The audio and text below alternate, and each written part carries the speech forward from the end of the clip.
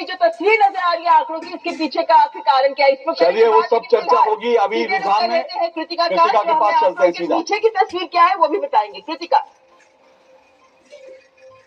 शुक्रिया अशोक और शुक्रिया ममता। सीधे तौर पर आपने वहां की तस्वीरें दिखाई जमीनी स्तर पर कि आखिर कार्यकर्ताओं में कितना उत्साह है इस वक्त, क्योंकि कहीं ना कहीं एनडीए इस वक्त अपने पूरी तरह से सत्ता में आता हुआ नजर आए। लेकिन इसके साथ ही अगर हम बात इस वक्त मुस्लिम बहुल क्षेत्र की करते हैं, जहां मुस्लिम बहुल क्षेत्र की अगर हम बात करें तो 273 में से 36 ऐसी सीटें हैं जो कि मुस्लिम बहुल सीटों में गिनी जाती है, जिसमें से 33 पर रुझान सामने आ चुके हैं और एनडीए इस समय उन 33 में से 28 सीटों पर आगे अपनी बढ़त बनाए हुए है। यानी कि मुस्लिम बहुल सीटों पर भी अच्छी खासी पकड़ एनडीए की इस बार नजर आ रही है। लेकिन वहीं महागठबंधन 5 सीटों पर अपनी बढ़त बनाए हुए है, मुस्लिम बहुल सीटों के लगातार हम बता रहे हैं। लेकिन इसके साथ ही जेएसपी की अगर हम बात करें, जन स्वराज पार्टी, जिसने इस बार पहली बार ही मैदान में कदम रखा चुनावी मैदान में, और एक तरह से हम देखें तो जन स्वराज के पास में खोने के लिए कुछ नहीं था, लेकिन पाने के लिए पूरे 243 सीटें उसके पास में थी। लेकिन फिलहाल आंकड़े ये कहते हैं कि अभी शायद जनता पर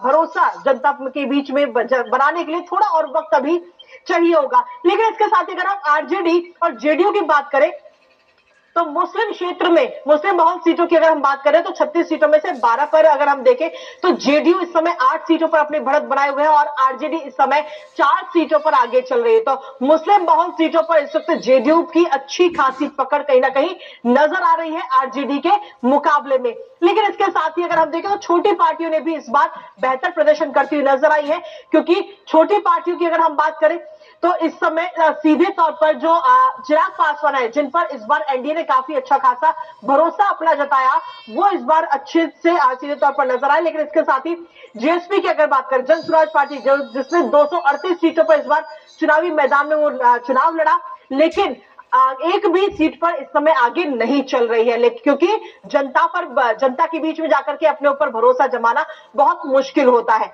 लेकिन इसके साथ ही अगर हम बात करें लोजपा की, यानी कि चिराग पासवान की, तो उनकी पार्टी भी कई सीटों पर बढ़त बनाते हुए इस बार हमें नजर आ रही है। चिराग पासवान, जितनी मेहनत चिराग पासवान ने की और जो वादे और जो तमाम चीजें की थी, उसको लेकर जनता कहीं ना कहीं उन पर भरोसा जताते हुए नजर आ रही है। तो सीधे तौर पर हम लगातार इस वर्चुअल बिहार विधानसभा से एक एक चीज अपने दर्शकों तक लगातार पहुंचा रहे हैं और इसी के साथ वापस शिफ्ट करेंगे इस वक्त हमारे मेन स्टूडियो का। कृतिका के पीछे जो बिहार विधानसभा दिख रही है ना, इस बार बिहार विधानसभा की तस्वीर पूरी तरह से बदली होगी। और अगर हाँ केसरिया वो तो ठीक है, लेकिन मैं कह रहा हूं अगर तेजस्वी यादव चुनाव हारते हैं तो फिर बड़ा सवाल ये होगा कि बिहार में जो है एक नेतृत्व का